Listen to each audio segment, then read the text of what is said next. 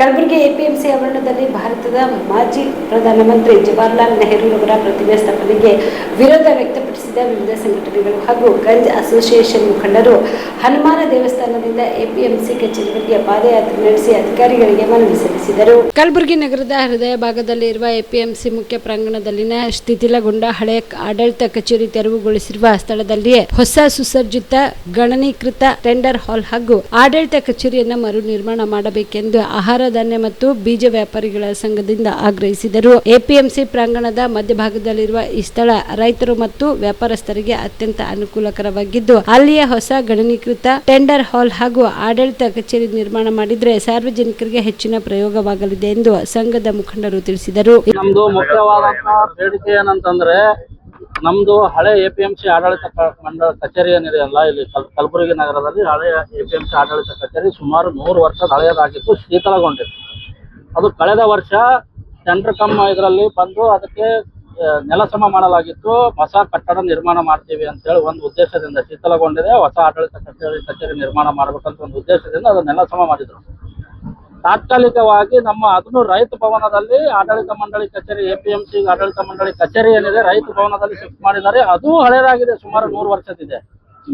ಆದ್ರೆ ಈಗೇನಾಗಿದೆ, ಈಗ ಅಲ್ಲಿ ತೆರವುಗೊಂಡಂತ ಕಟ್ಟಡ ಸ್ಥಳದಲ್ಲಿ ಆಲ್ರೆಡಿ ಹೊಸ ಎಪಿಎಂಸಿ ಮಾರುಕಟ್ಟೆಯ ಒಂದು ಕಟ್ಟಡ ನಿರ್ಮಾಣ ಮಾಡಬೇಕು ಅಂತೇಳಿ ಎಪಿಎಂಸಿ ಮಿನಿಸ್ಟರ್ ಶಿವಾನಂದ ಪಾಟೀಲ್ ಅವರು ಕಲಬುರಗಿ ಎಪಿಎಂಸಿ ಆವರಣಕ್ಕೆ ಒಂದು ಭೇಟಿ ಕೊಟ್ಟಾಗ ನಾವೆಲ್ಲ ಅಸೋಸಿಯೇಷನ್ ದವರು ಆಗಿರ್ಬೋದು, ನಮ್ಮ ಸಂಘದ ಸದಸ್ಯರು ಮತ್ತು ಇಲ್ಲಿರ್ತಕ್ಕಂಥ ವ್ಯಾಪಾರಸ್ಥರು ಮನವಿ ಸಲ್ಲಿಸಿದ್ದೀವಿ. ಅವರಿಗೆ ಒಂದು ಸುಸಜ್ಜಿತವಾದಂಥ ಗಣಕೀಕೃತ ಟೆಂಡರ್ ಹಾಲ್ ಒಂದು ಸುಮಾರು, ಯಾಕಂದ್ರೆ ನಮ್ಮಲ್ಲಿ ಆನ್ಲೈನ್ ಟೆಂಡರ್ ಆಗುತ್ತೆ ಎಲ್ಲ ಪದಾರ್ಥಗಳದ್ದು. ಟೆಂಡರ್ ಹಾಲ್ ಮತ್ತು ಮೇಲ್ಗಡೆ 2ನೇ ಫ್ಲೋರ್ ಮತ್ತು 3ನೇ ಫ್ಲೋರ್ ಆಡಳಿತ ಮಂಡಳಿ ಕಚೇರಿ ನಿರ್ಮಾಣ ಮಾಡಿ, ಯಾಕಂದ್ರೆ ಈ ಸ್ಥಳ ಮಾರುಕಟ್ಟೆ ಹೃದಯ ಭಾಗದಲ್ಲಿದೆ.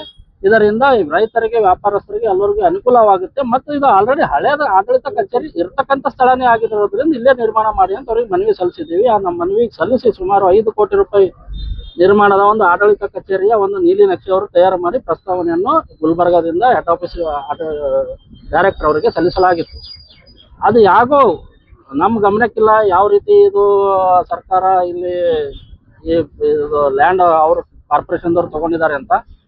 ಇಲ್ಲಿ ಈ ಜಾಗದಲ್ಲಿ ಪಂಡಿತ್ ಜವಾಹರಲಾಲ್ ನೆಹರು, ಮಾಜಿ ಪ್ರಧಾನಿಗಳಾದಂಥ ಪಂಡಿತ್ ಜವಾಹರಲಾಲ್ ನೆಹರು ಅವರ ಪ್ರತಿಮೆ ಸ್ಥಾಪನೆ ಮಾಡೋದಕ್ಕೆ ಒಂದು ಕೆಲಸವನ್ನು ಕಾರ್ಯಗತ ನಡೀತಾ ಇದೆ. ನಾವು ಇಲ್ಲಿರ್ತಕ್ಕಂಥ ಎಪಿಎಂಸಿ ವರ್ತಕರಾಗಿರ್ಬೋದು, ಇಲ್ಲಿರ್ತಕ್ಕಂಥ ಎಲ್ಲ ಗುಮಾಸ್ತರಾಗಿರ್ಬೋದು, ಎಲ್ಲ ನಮ್ಮ ವ್ಯಾಪಾರಸ್ಥರು ಸಂಘದ ಸದಸ್ಯರಾಗಿರ್ಬೋದು, ನಾವು ಯಾವುದೇ ಪಕ್ಷದ ವಿರೋಧಿ ಅಲ್ಲ, ನಾಯಕರ ವಿರೋಧಿ ಅಲ್ಲ, ಯಾವುದೇ ಮೂರ್ತಿ ಸ್ಥಾಪನೆ ವಿರೋಧಿಗಳಲ್ಲ. ಯಾಕಂದ್ರೆ ಅವರು ನಮ್ಮ ದೇಶದ ಮಾಜಿ ಪ್ರಧಾನಿಗಳೇ ಆಗಿದ್ದಾರೆ. ಆದ್ರೆ ನಮ್ಮ ಬೇಡಿಕೆ ಏನಿದೆ ಅಂದ್ರೆ, ಇದು ಎಪಿಎಂಸಿ ಮಾರುಕಟ್ಟೆಯ ಹೃದಯ ಭಾಗದಲ್ಲಿ ಇರ್ತಕ್ಕಂಥ ಆಡಳಿತ ಮಂಡಳಿ ಕಚೇರಿ ಇದ್ದಂತ ಸ್ಥಳದಲ್ಲಿ ಅದು ಹೊಸ ಆಡಳಿತ ಮಂಡಳಿ ಕಚೇರಿ ಕಟ್ಟಬೇಕು, ಅದು ಶೀತಲಗೊಂಡಿದೆ ಅಂತ ಅದೇನು ಎಡವಿದ್ದಾರೆ. ಆ ಸ್ಥಳದಲ್ಲಿನೇ ಮೂರ್ತಿ ಕೂಡಿಸ್ತಾ ಇರೋದು ನಮ್ದು ಆಕ್ಷೇಪಣೆ ಇದೆ. ಯಾಕಂದ್ರೆ ದಿನನಿತ್ಯ ಸಾವಿರಾರು ಜನ ರೈತರು ಬರ್ತಾರೆ. ಇಲ್ಲಿ ಸಾಕಷ್ಟು ಗದ್ದು ಮುಚ್ಚಿ ನೇರು ಮೂರ್ತಿ ತಂದು ಕೂಡಿಸ್ತಾ ಇರ್ತಕ್ಕಂಥದ್ದು ಇಡೀ ಕಲಬುರಗಿ ಕಲ್ಯಾಣ ಕರ್ನಾಟಕ ಜನತೆ ಪರವಾಗಿ ಉಗ್ರ ಖಂಡನೆ ಮಾಡ್ತಾ ಇದ್ದೀನಿ. ಇವತ್ತು ದಿವಸ ಎಪಿಎಂಸಿಯಲ್ಲಿ ರೈತರಿಗೆ ಏನು ಸಮಸ್ಯೆ ಅದಕ್ಕೆ ಸ್ಪಂದನೆ ಮಾಡಬೇಕಾಗಿರ್ತಕ್ಕಂಥ ಸರ್ಕಾರ ಖುಲ್ಲ ಜಾಗ ತಗೊಂಡು ನಾನು ನೆಹರು ಮೂರ್ತಿ ಕೂಡಿಸ್ತೀನಿ, ಇಂದಿರಾ ಗಾಂಧಿ ಮೂರ್ತಿ ಕೂಡಿಸ್ತೀನಿ, ರಾಜೀವ್ ಗಾಂಧಿ ಮೂರ್ತಿ ಕೂಡಿಸ್ತೀನಿ ಅಂತಕ್ಕಂಥದ್ದು ಬಂದು ಇಲ್ಲಿ ರಾಜಕೀಯ ಮಾಡ್ತಕ್ಕಂಥದ್ದು ಉಗ್ರವಾಗಿ ಖಂಡನೆ ಮಾಡ್ತೀವಿ. ಯಾಕಂದರೆ ಇಲ್ಲಿರ್ತಕ್ಕಂಥವ್ರು ವ್ಯಾಪಾರಸ್ಥರು, ಯಾವುದೇ ಪಕ್ಷಕ್ಕೆ ಸಂಬಂಧಪಟ್ಟವರಲ್ಲ. ಅವರು ವ್ಯಾಪಾರ ಮಾಡ್ಕೊಂತ ಅನ್ನದಾತರ ಒಂದು ಏನು ಹೊಲದಲ್ಲಿ ಬೆಳೆದಕ್ಕಂಥ ಮಾರಾಟ ಮಾಡ್ತಕ್ಕಂಥ ಸ್ಥಳದಲ್ಲಿ ರೈತರಿಗೆ ಅನ್ಯಾಯ ಆಗಲಾರ್ದಂಗೆ ನೋಡ್ಕೋಬೇಕಾಗಿರ್ತಕ್ಕಂಥದ್ದು ಜವಾಬ್ದಾರಿ ಸರ್ಕಾರದ್ದು. ಆದರೆ ಇಲ್ಲಿ ಬಂದು ಆ ಜಾಗ ಕಾರ್ಯಾಲಯ ಮಾಡಿ ಇಲ್ಲಿ ಬಂದು ಯಾವುದಾದ್ರೂ ರೈತ ಬಂದು ಸ್ವಲ್ಪ ವಿಶ್ರಾಂತಿ ಪಡಿಬೇಕಂದ್ರೆ ಜಾಗ ಇಲ್ಲ. ಅದು ವಿಶ್ರಾಂತಿ ಭವನ ಇದ್ದದ್ದು ಹೋಗಿ ಇವತ್ತು ದಿವಸ ಕಚೇರಿ ಮಾಡ್ಯಾರ. ರೈತ ಕುಂತು ಒಂದು 2 ನಿಮಿಷ ವಿಶ್ರಾಂತಿ ಮಾಡ್ತೀನಿ ಅನ್ನೋಕ್ಕೆ ಜಾಗ ಇಲ್ಲ. ಅಂಥದಕ್ಕೆ ಅವಕಾಶ ಮಾಡಿಕೊಡೋದು ಬಿಟ್ಟು ಇವತ್ತು ದಿವಸ ಇಲ್ಲಿ ಬಂದು ಬೆಂಕಿ ಹಚ್ಚ ಕೆಲಸ ಮಾಡ್ತಾ ಇರ್ತಕ್ಕಂಥದ್ದು ಖಂಡನೆ ಮಾಡ್ತಾ ಇದ್ದೀವಿ.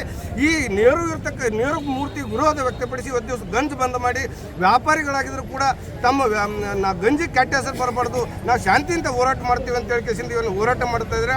ಆ ಅಸೋಸಿಯೇಷನ್ದವ್ರಿಗೆ ಕೂಡ ಕಲಬುರಗಿ ಜನತೆ ಪರವಾಗಿ, ನಮ್ಮ ಸಂಘಟನೆ ಪರವಾಗಿ ಅಭಿನಂದನೆ ಸಲ್ಲಿಸ್ತಾ, ಈ ಮುಂದಿನ ದಿನಗಳಲ್ಲಿ ಕೂಡ ಇಷ್ಟು ವಿರೋಧ ಆದರೂ ನಾವು ಮೂರ್ತಿ ಕೂಡಿಸೇ ತೀರ್ತೀವಿ ಅಂದ್ರೆ ನಾವು ಮೂರ್ತಿ ಹೆಂಗೆ ಕೂಡಿಸ್ತೀವಿ ನೋಡ್ತೀವಿ ಅಂತಕ್ಕಂಥ ಮಾತನ್ನು ನಮ್ಮ ಮಾಧ್ಯಮ ಮುಖಾಂತರ ಸರ್ಕಾರ.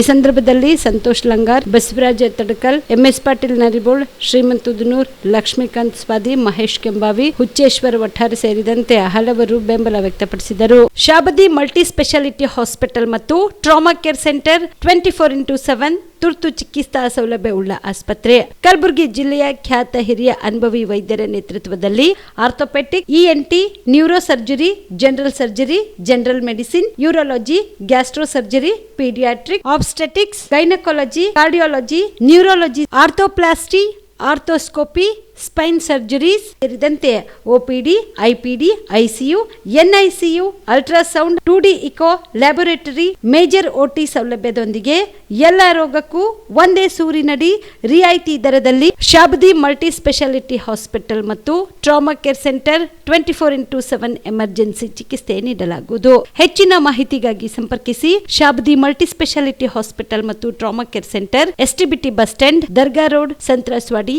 ಕಲಬುರಗಿ. Mobile number 9060442345.